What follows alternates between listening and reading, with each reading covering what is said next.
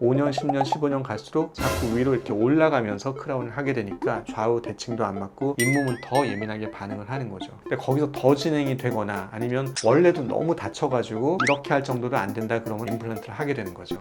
안녕하세요. 교정 전문의 박열입니다. 반갑습니다.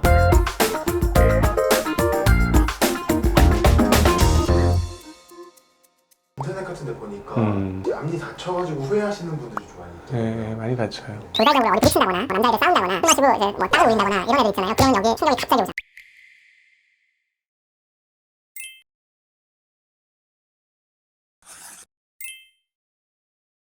입을 다물 때요, 이가 나온 사람들은 힘을 줘야 된단 말이에요. 정도의 차이는 있지만 조금씩 힘을 줘야 돼요. 근데 그 사람이 그럼 하루 종일 24시간을 입을 다물고 있나? 그게 못해요. 그러면 갑자기 뭐가 날아와서 부딪혀. 이가 깨져나가는 거죠. 근데 보통 사람들은 보통 때도 입을 좀 다물고 있거든요. 그래서 밖에서 무슨 외부 충격이 와도 별로 안 다친다고. 근데 이가 나와서 소위 돌출인 사람들은 가만히 있을 때는 입이 이렇게 벌어져요. 그럴 때가 문제지.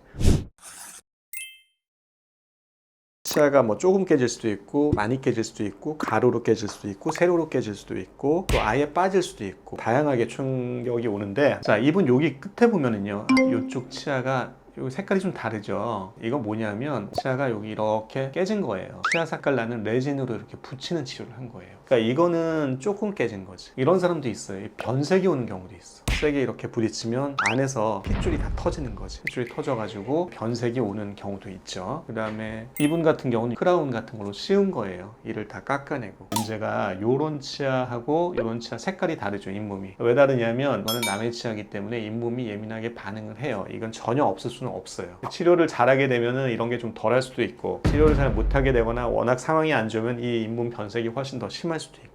근데 이제 문제가 이게 끝이냐 이거야. 끝이 아니고 만약에 20살, 30살 때 이렇게 됐다 그러면 또 잇몸이 자꾸 내려가요. 잇몸이 내려가면은 뿌리 같은 게 보이잖아요. 그걸 안 보이게 하려고 어떻게 해요? 더 갈아가지고 더 올려서 크라운을 씌우는 거예요. 5년, 10년, 15년 갈수록 자꾸 위로 이렇게 올라가면서 크라운을 하게 되니까 좌우 대칭도 안 맞고 잇몸은 더 예민하게 반응을 하는 거죠. 근데 거기서 더 진행이 되거나 아니면 원래도 너무 다쳐가지고 이렇게 할 정도도 안 된다 그러면 임플란트를 하게 되는 거죠. 이거 임플란트 한 건데, 보통 크라운은 아까 모양이 좀 이쁘지 않고 변색이 돼도 이 잇몸 레벨인데, 임플란트는 치료 원리상 이렇게 뿌리까지 다 없는 거기 때문에 잇몸이 위로 쭉 올라가요. 그래서 거기까지 다 가리기 위해서 굉장히 길게 한단 말이에요. 모양이 되게 안 이쁘죠. 이런 과정을 겪는 거예요. 정도의 차이는 있지만 이 과정을 살아가면서 계속 겪는 거기 때문에 굉장히 이게 컴플렉스가 되는 거지. 할 수 없으니까 하는 건데, 또 이렇게 해서 다쳐서 치료를 하잖아요. 그렇다고 또 안 부러지는 건 아니잖아. 돌출입이 해결이 되는 게 아니거든.